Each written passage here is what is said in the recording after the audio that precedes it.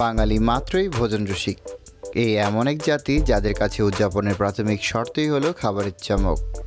আর বিয়েবাড়ি হলে তো কথাই নেই, বাকি জাঁকজমক ছাপিয়ে যাবে মেনুতে থাকা গরুর রেজালা কিংবা মুরগির রোস্টের স্বাদে। আজ আমি আপনাদের দেখাবো বিয়েবাড়ির গরুর রেজালা। অনেকের আগ্রহ থাকে বিয়েবাড়ির রেজালা কীভাবে তৈরি করা হয়। আজ আমি আপনাদের দেখাবো একদম অথেন্টিক উপায়ে বাবুর্চির হাতে বিয়েবাড়ির রেজালা। এর আগে আমি আপলোড করেছি বিয়েবাড়ির বোরহানি, মুরগির রোস্ট এবং সবজি। আই বাটন প্রেস করে আপনারা দেখতে পারেন। আদা রসুন দিচ্ছেন, এখন দিচ্ছেন কি এটা? পোস্ত দানা।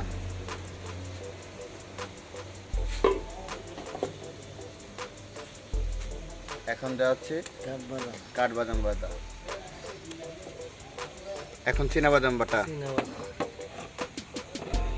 এটা আচ্ছা বাসায় যখন রান্না করবো 1-2 কেজি, তখন পরিমাপটা কীভাবে, কতটুকু চীনাবাদাম লাগবে? 1 কেজির মধ্যে বা 2 কেজির মধ্যে বা 5 কেজির মধ্যে 20 গ্রাম।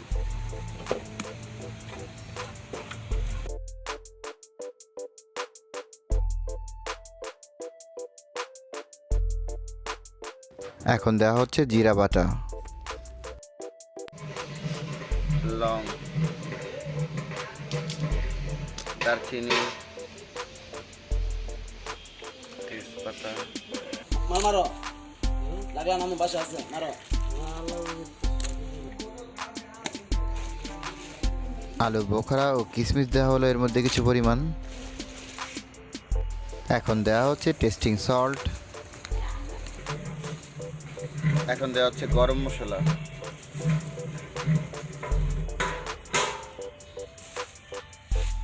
এবার দেওয়া হচ্ছে টমেটো সস। এবার দেওয়া হচ্ছে সাধারণ লবণ।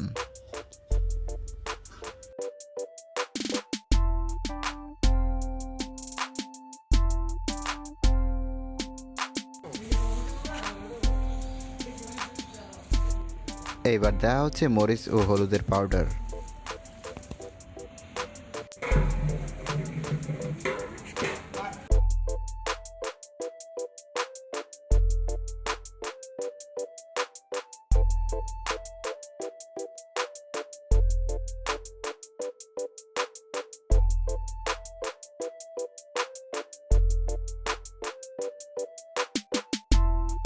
সবগুলো উপকরণ দেওয়ার পর হাত দিয়ে ভালো করে মিশিয়ে নিতে হবে।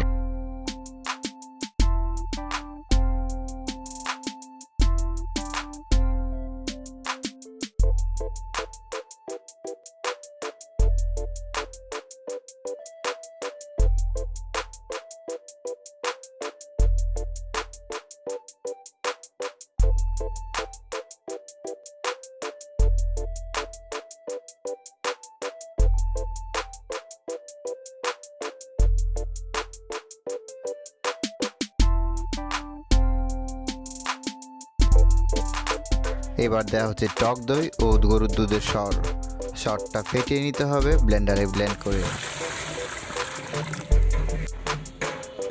এবার অন্য একটি পাত্রে তেল দিয়ে এর মধ্যে পেঁয়াজ বেরেস্তা করে এই মশলাটি মিলিয়ে নিতে হবে।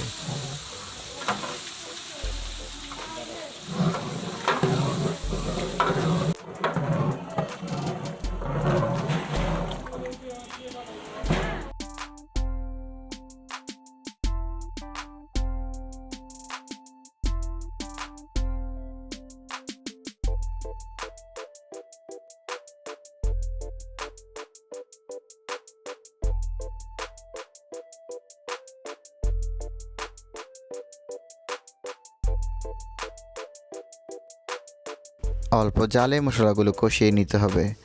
এর ফাঁকে গরুর গোশতগুলো ধুয়ে নিচ্ছে। ধুয়ে একদম পরিষ্কার করে পানি ঝরিয়ে নিতে হবে।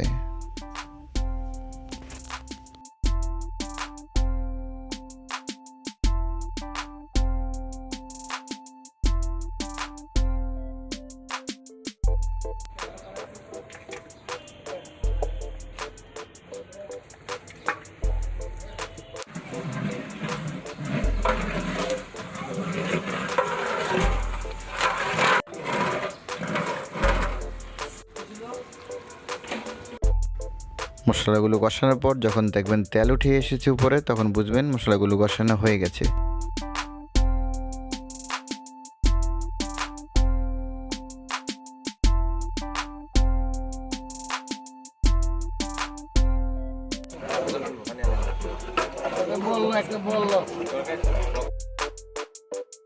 এবার এই মশলাগুলো মিশিয়ে নিচ্ছে ধুয়ে রাখা গরুর মাংসের সাথে।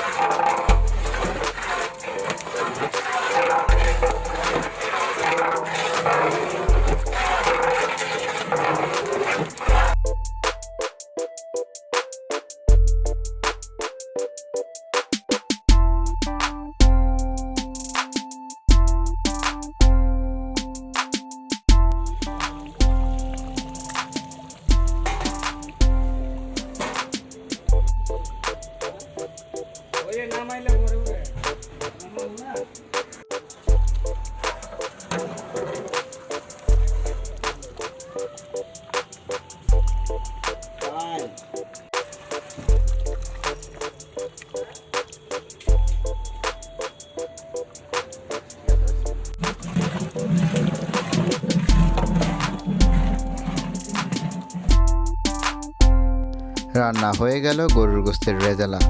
এরপর যা যা মিশিয়ে নেবে তা আপনারা নিশ্চয়ই দেখে নিন।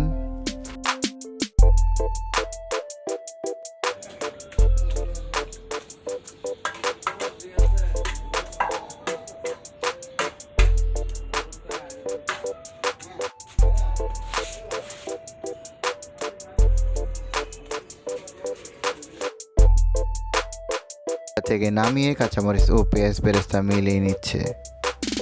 তৈরি হয়ে গেল মজাদার গরুর রেজালা। এর আগেও আমি আপলোড করেছি মুরগির রোস্ট, বিয়েবাড়ির সবজি ও বোরহানি।